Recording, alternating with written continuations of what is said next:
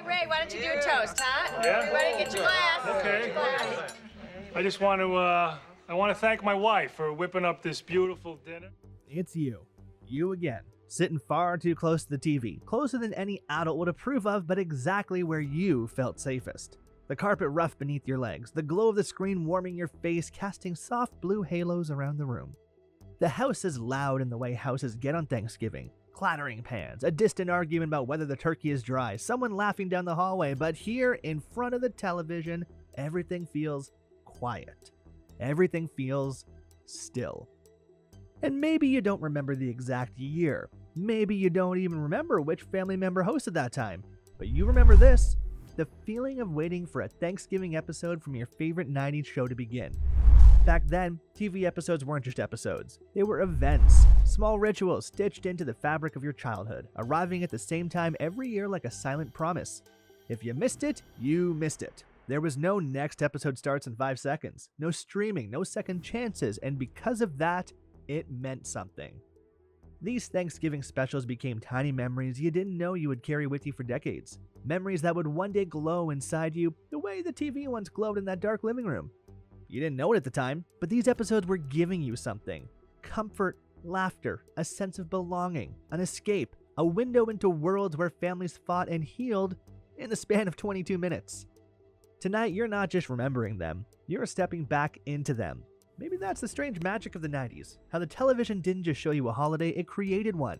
Thanksgiving existed in two places, at your family's table and on the screen.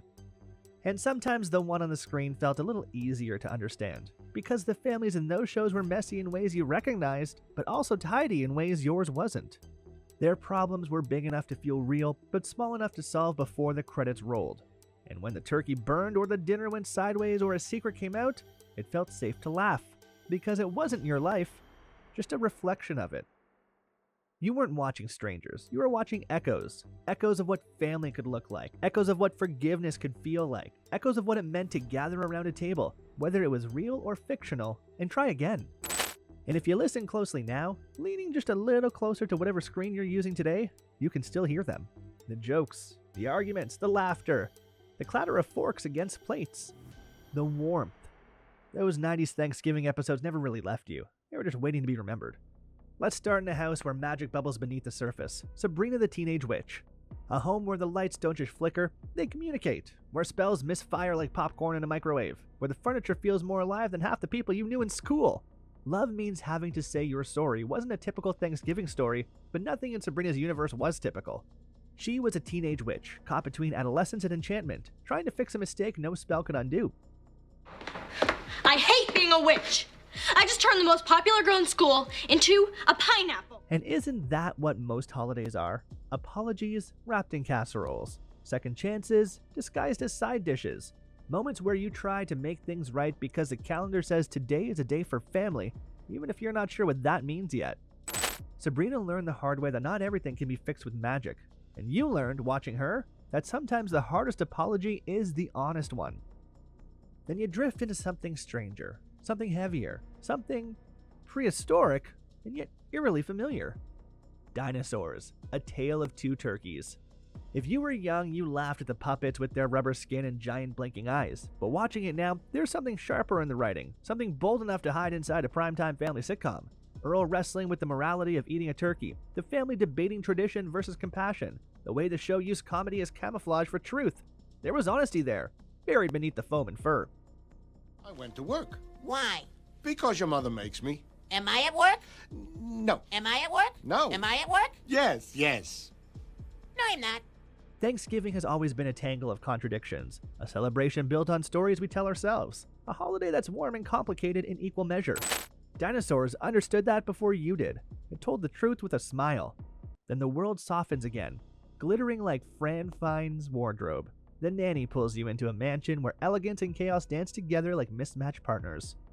Fran's laugh echoes through the dining room like tiny bells, and suddenly Thanksgiving feels theatrical, an event staged with feathers, rhinestones, and a little too much hairspray. Well, after what you saw today, I think I can call you Bert and Ernie. But beneath the comedy, beneath the glamorous disasters, lives something real. A woman who didn't fit in. a family who needed her anyway, a holiday table where love grew louder than expectation. Fran didn't just survive Thanksgiving, she transformed it. And maybe part of you wished your family's holiday had a little more Fran Fine in it, that someone could turn disaster into charm as effortlessly as she did. Then without warning, the front door opens and Steve Urkel steps in. Family Matters becomes a holiday special you can't look away from. Dinner at the Johnsons is everything you expect. A turkey that becomes a crime scene, a kitchen that smokes like a special effect gone wrong, Urkel's unshakable optimism beaming through every catastrophe like a lighthouse in a fog bank. But beneath the slapstick lies something quieter, something you felt even if you couldn't name it then.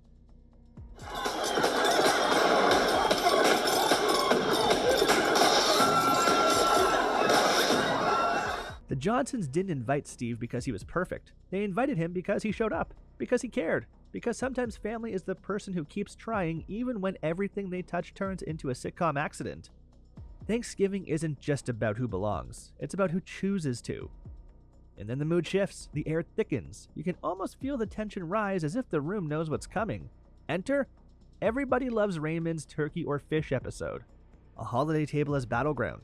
Deborah's ambition on one side, Marie's iron culinary rule on the other, and Ray, poor Ray, sitting in the middle like a man who knows escape is impossible. You don't need the dialogue to remember the feeling, the tightrope of trying to make everyone happy, the quiet dread of disappointing someone you love. Must be very happy.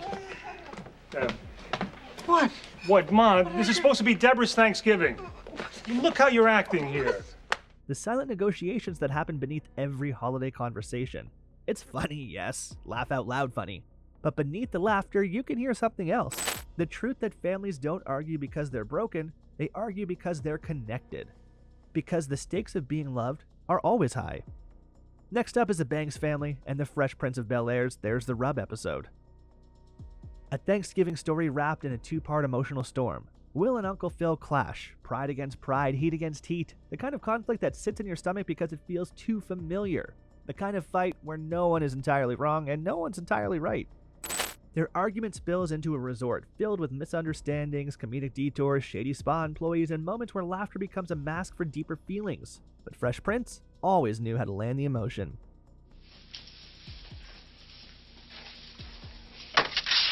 What the hell are you doing down here? The reconciliation doesn't erase the hurt, it acknowledges it, and in that acknowledgement something softens. Holidays don't fix people, they just remind them to try. Then, like a memory caught in a kaleidoscope, you fall into Friends, the one with all the Thanksgivings. Flashbacks like puzzle pieces, old hairstyles, old mistakes, turkeys worn like hats, secrets confessed in living rooms that somehow always felt familiar. Friends understood something important. The past isn't something you leave behind, it's something you carry with you, awkwardly, joyfully, painfully, lovingly, into every holiday. We wouldn't be all together, you know? So I guess what I'm trying to say is that I'm very thankful that all of your Thanksgivings sucked. The laughter from that episode still echoes across time because it isn't just comedy, it's recognition. You live Thanksgiving flashbacks too. Not as colorful maybe, but just as defining. The room shifts again, the lights dim just a little more, and we remember Boy Meets World's Turkey Day, a holiday invitation that uncovers truths no one meant to face. The Matthews family and the Hunter are sitting together, two worlds divided by money, expectations, and unspoken bias. It's uncomfortable, it's raw, it's honest in the way only Boy Meets World dared to be.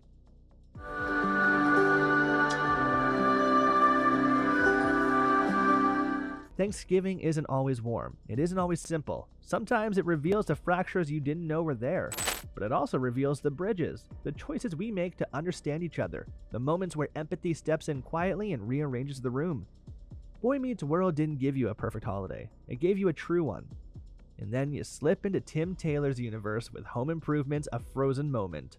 Tim's desperate attempt to capture the perfect Thanksgiving photo is something you felt, even if you never held a camera. This longing to freeze time, to hold on to something you know is already slipping away. The chaos that follows, collapsed props, malfunctioning tools, frustrated family members, becomes the metaphor you didn't know you needed.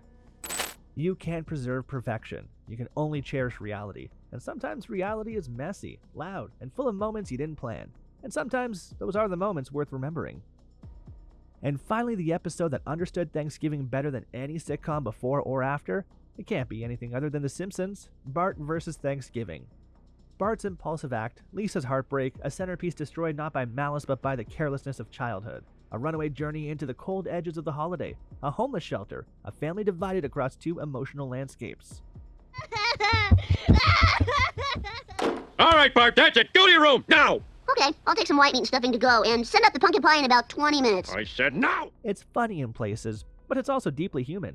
The apology when it comes isn't perfect. It isn't poetic. It's awkward and raw and real. And Lisa accepts it. Not because everything is okay, but because love makes room for imperfect people. Thanksgiving is for moments like that. The ones where we stop hiding behind jokes, where we sit in the quiet with the people we've hurt and choose them anyway. And now, the TV fades. The room returns. You sit where you are. Not the child you were, but the adult you became. But inside you, those episodes still live. They shaped something in you. A sense of humor, a sense of family, a sense of what a holiday could be even when life around you was chaotic. You go back to them because they remind you, not just of the past, but of yourself. The you that still believes in warmth. The you that still finds comfort in familiar stories. The you that still needs a place to sit even if it's on the floor in front of a glowing screen. If this journey brought something back for you, hit the like button, subscribe, and share your favorite 90s Thanksgiving episode in the comments. These memories don't live in the shows. They live in us. Save me a slice. And wherever you are this year, don't burn the turkey.